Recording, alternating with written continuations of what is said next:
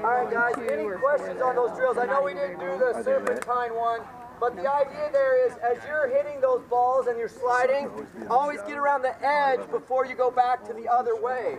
So then you come around the edge and hit it back and go the other way. Don't be reaching for a ball. Make sure your outside foot gets to the green. You got to get all the way out there. Alright, now we're going to talk about third shot strategies. The third shot, again, what's the most important thing? The ball goes over the net. If the ball goes in the net, you can have the most beautiful swing in the world. You lose. So we have three things basically you can do. After I've served it, Trudy has returned it, I want to make, then what we're going to work on today is decision making. I want to make a good decision with that ball. If Trudy's hit me a soft, middle of the court ball, I could swing hard. I could try to drop it. Or if she's hit a ball that's aggressive and I'm in trouble, I want to just rescue it. So our three things are to drive it, to drop it, or to rescue it. As long as you get it over the net, all three of those are good options.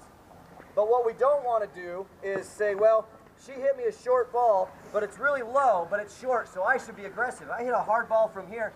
What are the possibilities of this going in? Just because she hit a short return, that doesn't mean it's going to be necessarily driven. I hit that ball, I have to hit it upward trajectory. Her partner's up at the net, he sees that and pounds that ball. So what we're going to do, I want to show the three things that you should do and go over a little bit of technique and procedure. Trudy, I'll serve it. And return just to the middle for me. Moderate returns. So when we're going to talk about a drop shot first. The biggest problem I see with most people's drop shots is they hit a drop shot, hit it back to me. I see this right, oh wait, that was wrong. Give me that back to me. That was actually right. What I see people hit it a little harder, so I'm not leaning into it. Come at me. They'll take this ball and they go like this. I see that front leg in the air like it's a pointing stick. When I do this, I've lost all my forward momentum. I've angled my paddle up and I miss a ton of balls, either because I don't get enough power, hit me a deep ball, either because I don't get enough power and so I hit it short, or I hit it up and that other side hit me another one just into the court. Or I hit it up and it's an upward angle and then they pound that next ball at me. Go home, or right here while we do this today, I want you to watch, make sure that weight's on your front foot. Now what happens is, returns come so deep, we feel like we have to do this because we have sucked on this line. Stay back. Yes, there's times there's a short ball and you have to run up to it. But when I serve this ball, if I come in like this, and she does that, all I can do is put it up like that. But if I stay back, try to drive this one pretty deep, Trudy. If I hit that and she drives one to me, one more time, Trudy. I'll hit it short too so you can drive it. It's not going in. All right, one more time. Drive that ball to me. If I stay back, it's pretty easy for me to drop that ball. The goal is, I see so many times people will serve and then they're here. Any ball that now hits in this back a little bit, you're in trouble. Yes, if they hit a really short ball, great. But that's 20, 30% of the time. 70% of the time you're in trouble. Make sure when you hit these returns, or you hit these third shot drops, I have all my weight going forward on my front foot, whether it's a backhand or a forehand. And that's the same thing for a drive. If I'm going to drive the ball and I have my weight on my back foot, they're going to go long. If I'm going to do the same thing and I'm going to put my weight on my front foot now, and I'm going to drive this ball, that ball's going to fall in because I have better body positioning. That ball's going to have spin on it. It's going to drop it in. Here, I'm going to have back spin on the ball. It's going to float long. Make sure you, and this is a big muscle memory thing for a lot of people because we've all gotten comfortable to doing this, to catching a ball back here. We should be catching every ball in this 2-foot circle out in front of us. So as you hit these, whether it's a drop or a drive or a rescue, every ball should be out in front of me. My striking zone is here. Again, I'll try to drop one with it back deeper.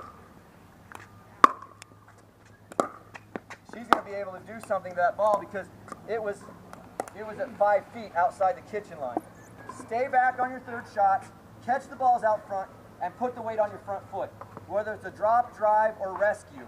Hit me a ball I have to rescue. Just hit it somewhere in the court where I'm not. So I'm going to rescue this ball, but I gave me plenty of time to get my feet reset and my partner. And here's a critical other part that's not technically a third shot. If you see your partner probably running to a ball, not having their feet set, don't inch yourself in here. This happens 5 times a game where somebody over here is rescuing a third shot, the other person came in halfway, the ball goes to the middle of the court, and there's this huge seam right down the middle because this person basically didn't pay attention to their partner, and now it's an easy victory for that person. I put this ball here, she can go anywhere she wants with it. That person's in trouble, and I'm not going to dig anything out. Stay back. You can. Some of the most fun points are when these two people in the backs rescue 5 and 6 balls, and then finally they get one that's enough of a drop, and they go up. That other team's mentality is like, oh my gosh, we had the chance to win it, and now this other team's up here with us.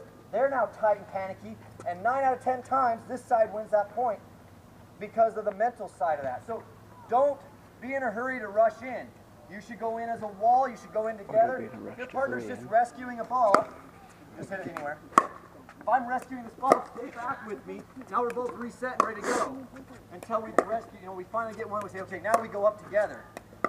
So drop, drive, rescue. I don't care what you do, but your percentage should be 95%. If your returns are, your third shot drops are at 60%. Drive the ball more. Drive it. You know, when I'm driving a ball, I'm aiming 2 feet over the net. My drive should be right here. Am I going to win a lot of points with that? Not necessarily. Now, as you're playing a higher and higher level, you might want to have your drives here. But for now, drive it here. Make sure it's over. Make them swing. You're not trying to win the point on the drive. You're trying to have them give you a softer ball so you can drop the next one. The drive isn't a victory. The drive is a reset. Okay, now I have a ball here. I can easily drop it into the kitchen. And then you're all the way up.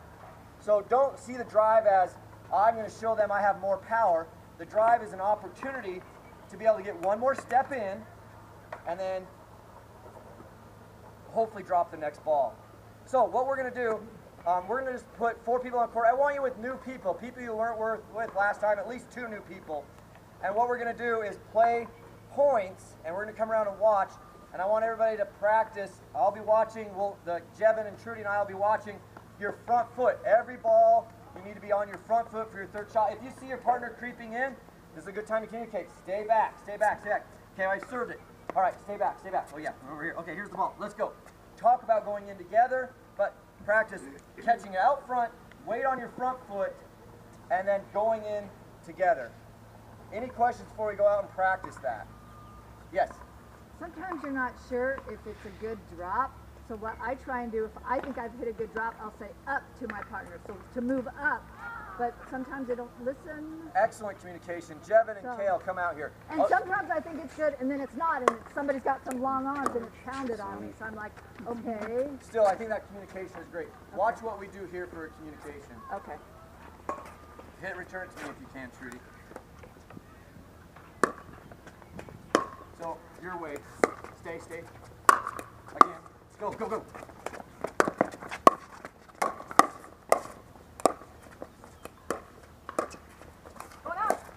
I got it. So there should be 5 and 6 communications per point. You know, if I say your way, that means I'm going to try to drop it cross court. Oh yes, that's a great point.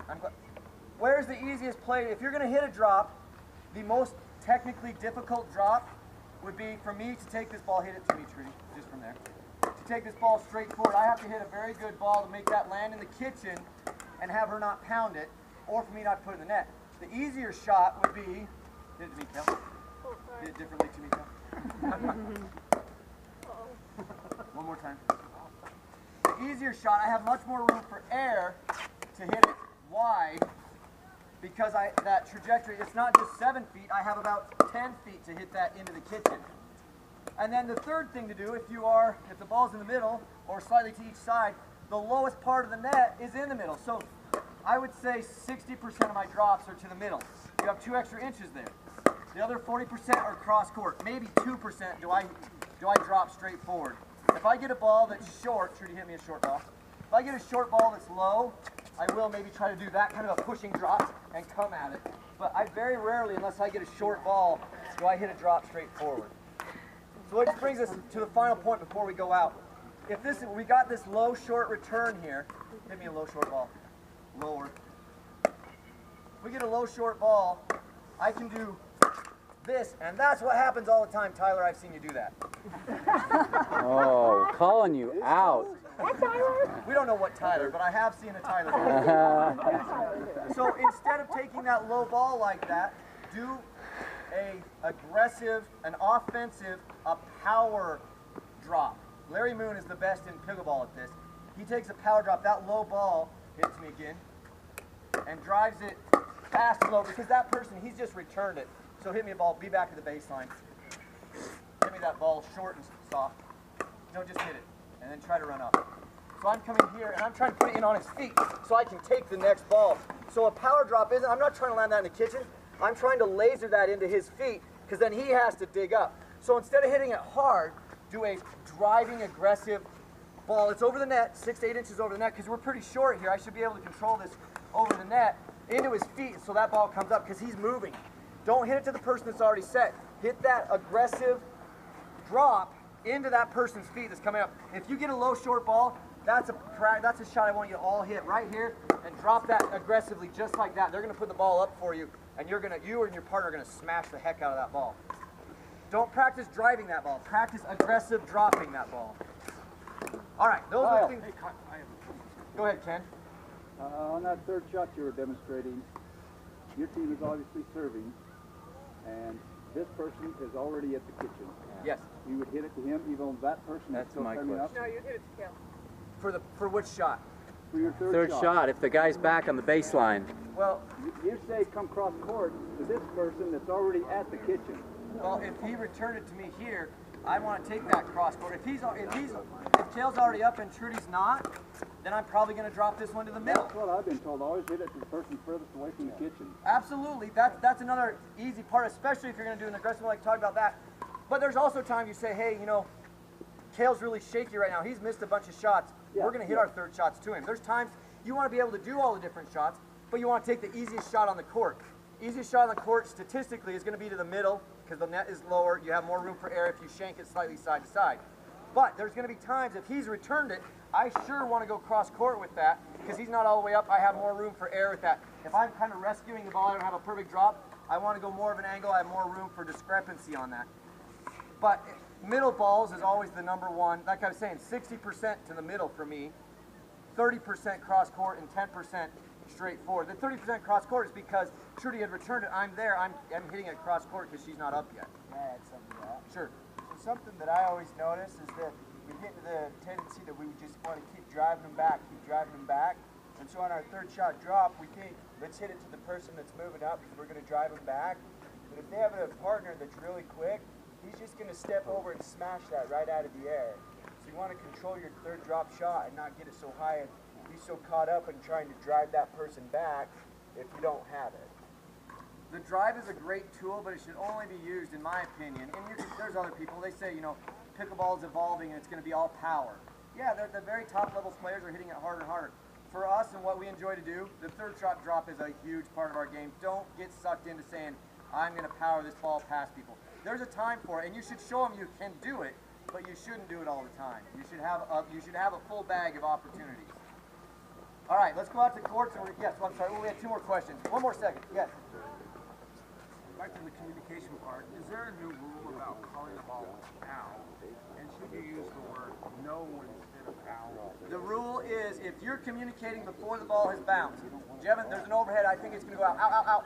It'd be better to say no because you're going to get arguments, but ultimately the ref will, and Deb, you can concur on this, as long as I'm communicating before the ball has bounced, it's okay to use words. Yes, I think the general suggestion is to use something different like no, let it bounce, whatever you want to say.